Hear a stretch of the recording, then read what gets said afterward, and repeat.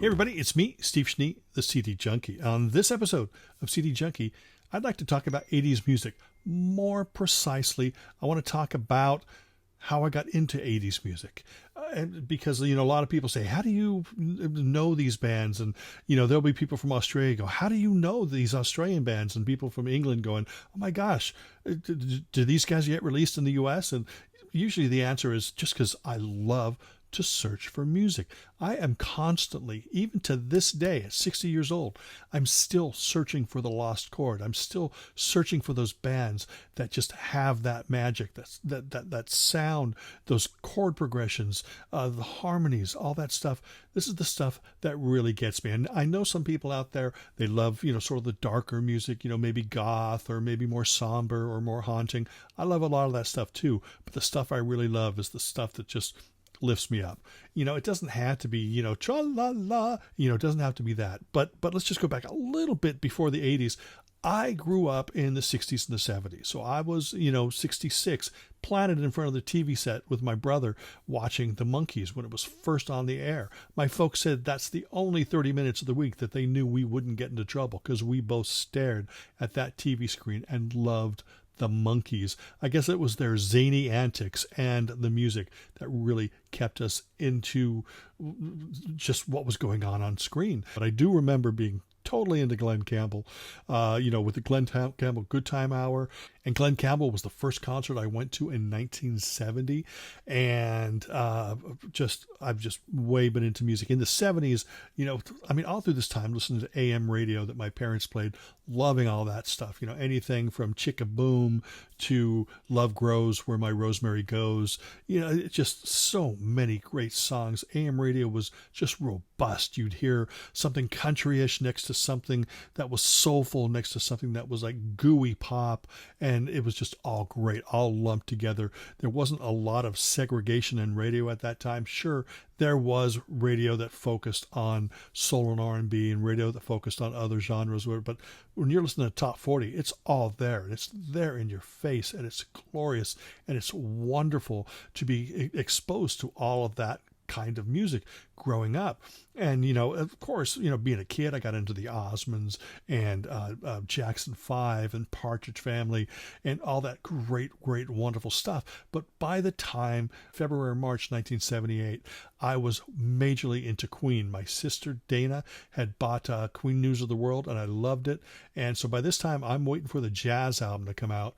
And there's a video show that was showing videos, and they say, we got the brand new Queen video coming up. And so I planted myself in front of this video show.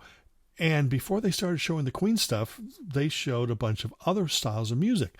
And of course, those styles of music just happened to be punk and new wave, which is very, very strange when you look at it. And the show was hosted by Leon Russell, of all people. So there's this guy with his hat, sunglasses, long hair, long white beard, and he's going, yeah, all the way from England is the Jam, right? And I'm going, whatever. And then the Jam come on. I thought they were the freaking punk Beatles because they had Rickenbacker guitars, they had suits and ties, and boy, they were aggressive and just cranking out these songs, but it was melodic.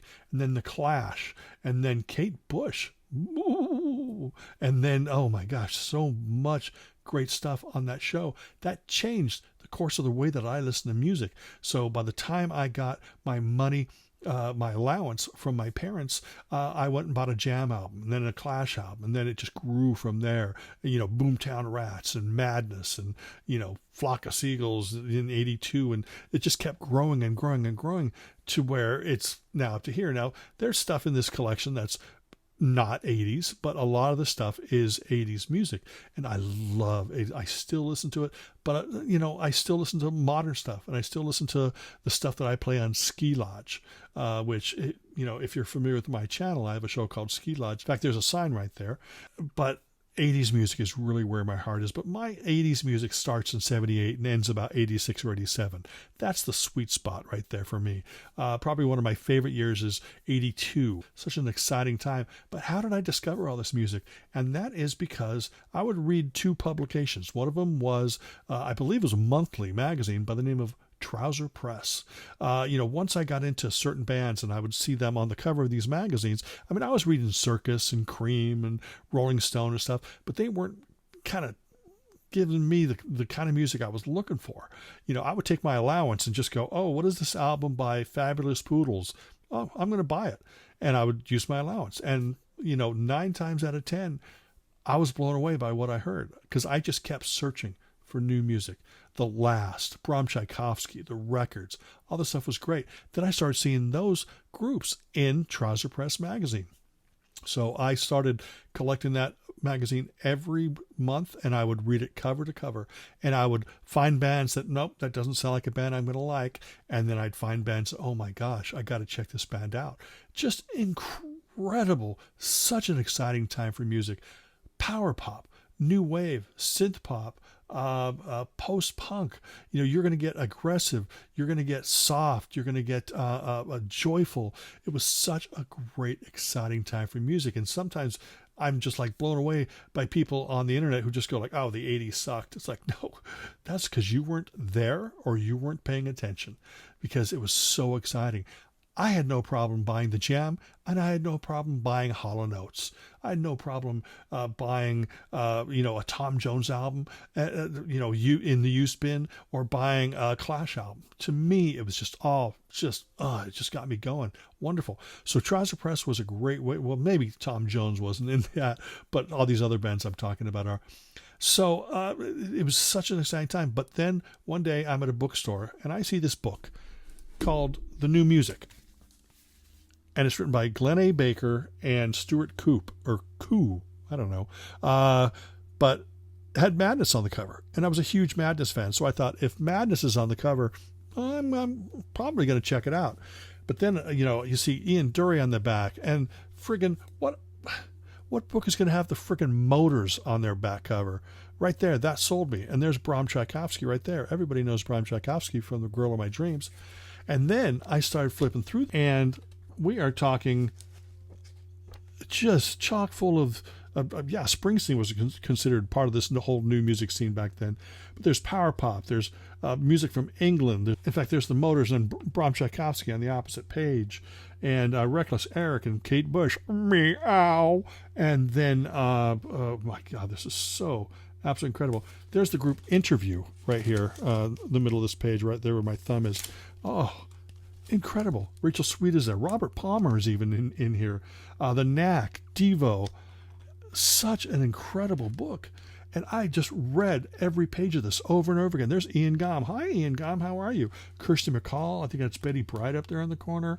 And Paul Collins Beat, The Romantics, the Rubinoos, Eric Carmen. So full. John Fox from Ultravox.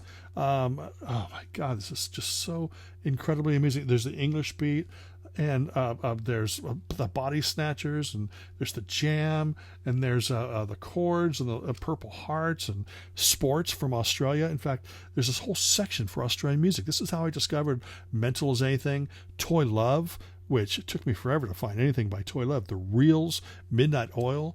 It's so absolutely incredible. My Sex, Plastic Bertrand, Nina Hagen. It was just mind-blowing. Elton Motello's in here. And then, you get back to this page here with all these covers. It was so exciting. It's such a great time for music back in the 80s. And I love to go back and revisit that feeling and listen to the music, because it's so, it stays with you. And, the stuff that you love. But you know what? I still love, the Osmonds and Jackson 5 and Partridge Family and Glenn Campbell and Neil Diamond and the Beatles and the Monkees. I still love all that kind of stuff. I don't stop loving a style of music because it, goes out of style or whatever. No, if I loved it once, I'm going to love it forever. It's things like Trouser Press and new music that helped me discover so much music. And they inspired me to continue searching for music. And to this day, I'm still discovering new artists. I'm discovering artists that maybe I missed from the last 10 or 20 years. I'm discovering artists that I missed 50 years ago.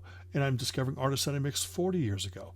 And this is just a never ending journey. And I know some people are very happy with the music that they have in their collection. They don't want to go beyond the Beatles and Charles Mingus and Miles Davis and Led Zeppelin and Rush and whoever else.